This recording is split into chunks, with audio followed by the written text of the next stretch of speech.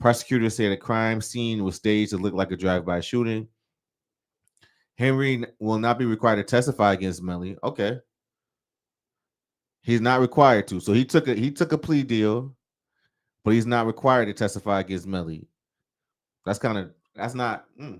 I don't know. Like from the way that this article sounded in the beginning, I thought it was going to be more of an issue for Melly, but he's not required to. But I think the state is gonna make him testify.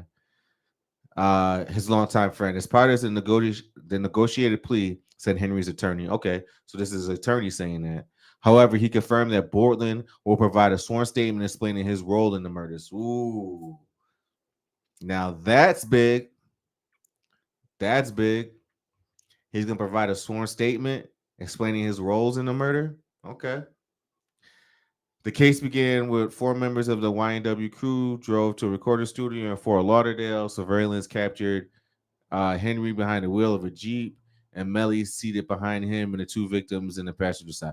Okay, yeah, so I was wrong. Bortland was the driver. YNW Melly was in the backseat. That makes sense. Hours later, Henry arrived at the Memorial Hospital in Miramar and told staff that his friend had been shot in a drive-by. Both Williams and Thomas were pronounced dead. Melly was not present. Forensic experts later testified that the gunfire came from inside the vehicle, specifically from the seat behind the driver where Melly had been sitting.